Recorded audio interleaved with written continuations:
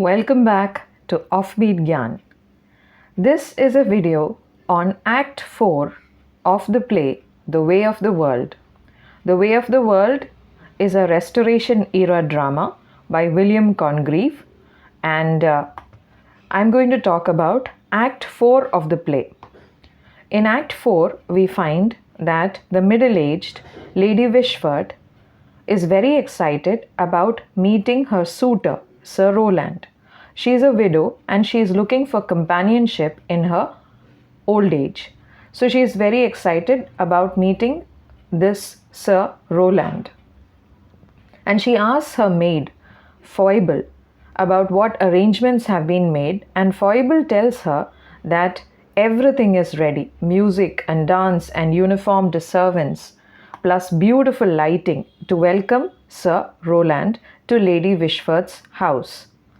Then Lady Wishfort asks Foible about her personal appearance, and Foible compliments her. Then Lady Wishfort is in a confused state. She cannot decide where she should meet Sir Rowland.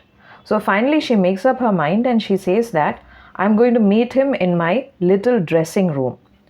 And she's not able to decide how she should greet him, how she should be when he comes to see her the first time.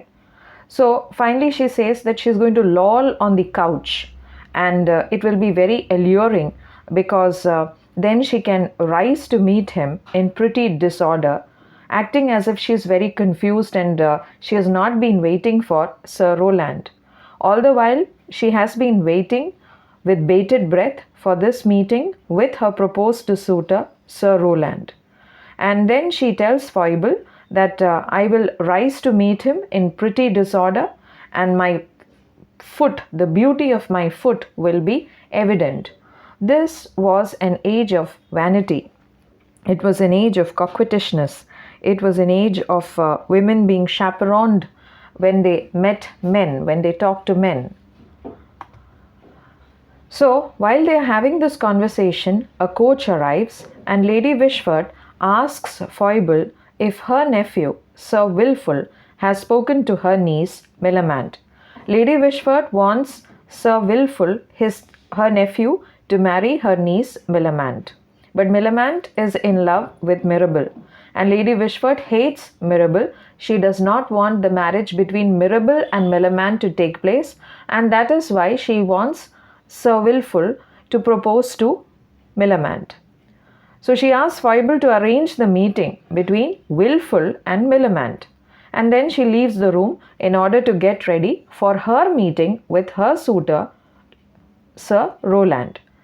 So at that point of time, as soon as she leaves, Millamant and Mrs. Fainall enter the room. Mrs. Fainall, if you remember from an earlier video, is the daughter of Lady Wishfort, Arabella Wishfort, who gets married to the villain of the play, Fainall, and she takes on the name Mrs. Fainall.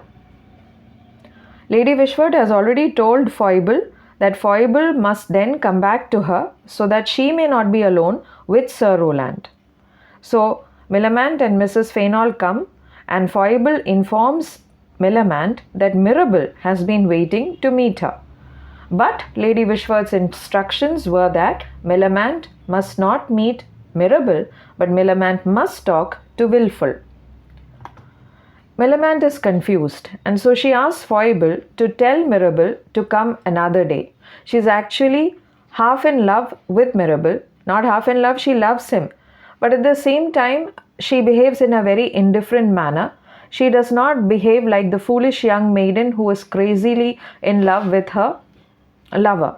So sometimes she appears to be actually very uncaring and indifferent, and she tells Foible that she does not want to meet Mirabell that day.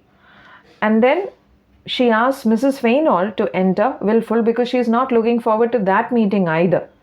But Mrs. Fainall refuses, and she welcomes Wilful into the room. Wilful is more interested in drinking with his friends, which he had been doing in another part of Lady Wishfort's house. So he is eager to leave. But Mrs. Fainall, she locks the door, and it is Wilful who becomes agitated. Millamant is actually very uninterested and very bored because both of them do not share the same vibes. They are not on the same wavelength. While she is very charming and extrovert, and she knows how to talk to people, she's a good conversationalist. Willful is somebody who's painfully shy. He has just arrived from the country, and he doesn't know how to talk to a sophisticated, polished woman like Millamant. Both of them do not have any common interests. And when Millamant makes reference to the Cavalier poet Sir John Suckling's poetry, Wilful is completely lost. He does not know what she's talking about. So, at a loss as to how to entertain her, he invites her for a walk. And Millamant, very indifferently, she retorts that she hates walking and it is a country diversion. So, Sir Wilful does not know how to engage this very sophisticated, intelligent woman's attention. Her aloofness puts him off, and he is very relieved when she gives him permission to rejoin his drinking friends. Then, what is called the proviso scene appears. It happens. The proviso scene was very common in Restoration dramas, and what it depicts is a legal negotiation or a bargain between the hero and the heroine of the play. This happens in scene 5 of Act 4 of William Congreve's The Way of the World, where there is a negotiation going on between Millamant and Mirabell. They discuss the conditions of their marriage agreement. This is the famous proviso scene, which happens in scene 5 of Act 4 of the play. At the end, Mrs. Fainall, she re-enters, and Millamant admits that she desperately loves Mirabell. This happens after Mirabell leaves the room. So Mirabell leaves, and then the three young men, Sir Wilful, Witwoud and Petulant, they come for dinner. Wilful and Witwoud, they are half brothers, and Petulant is the friend of Witwoud, and all of them are drunk.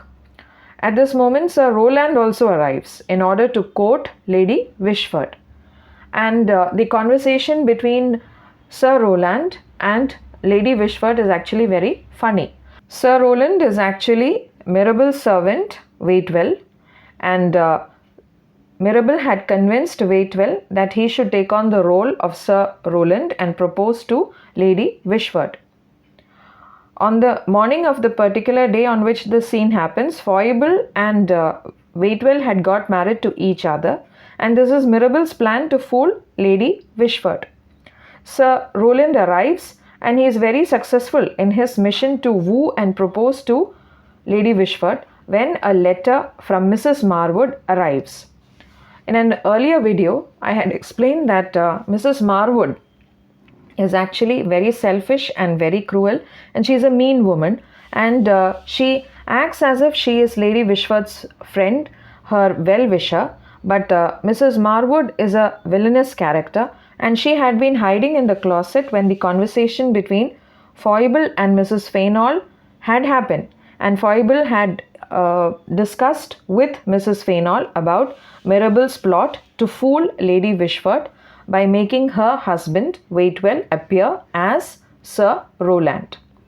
So Mrs. Marwood has returned this letter to Lady Wishford to inform her about Mirabell's plot.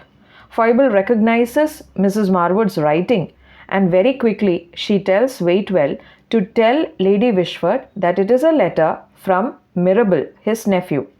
And Mirabell had sent the letter to Lady Wishford to prevent his uncle from marrying her. So Waitwell, or Sir Rowland, and Foible managed to convince Lady Wishford that the letter had actually been sent by Mirabell. They say that Mirabell plans to fool Sir Rowland, and it is a conspiracy against him, because Mirabell wants to have control over his inheritance, which is under the control of Sir Rowland. If Sir Rowland marries Lady Wishford and has an heir, then Mirabell will stand to lose his inheritance and he will be reduced to impoverishment. To prevent that from happening, he is trying to fool Lady Wishford. That is the story that is created by Waitwell or Sir Rowland and Foible to convince Lady Wishford that the letter has come from Mirabell and not from Mrs. Marwood. So Waitwell also tells Lady Wishfort in a very heroic manner that he will challenge his nephew and prove his innocence. He says that he doesn't care for the law or his life, and this valiant performance moves Lady Wishfort. It is valiant and at the same time it's very comic also. So finally he persuades her to sign the marriage contract, and Waitwell pretends to be the dashing aristocrat out to defend his honor, and Lady Wishfort behaves like the young maiden waiting for her chivalrous lover who is going to battle to save his honor. Waitwell says that they will defeat Mirabell's plans and his conspiracies, they will get married and they will have an heir. The scene ends in a very comic vein with Waitwell referring to Lady Wishfort as his buxom widow. He refers to himself as an errant knight.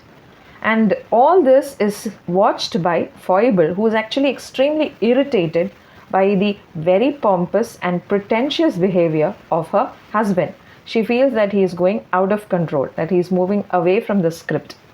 Anyway, Act 4 ends with an irritated Foible remarking in an aside that Waitwell is not an errant knight but an errant knave.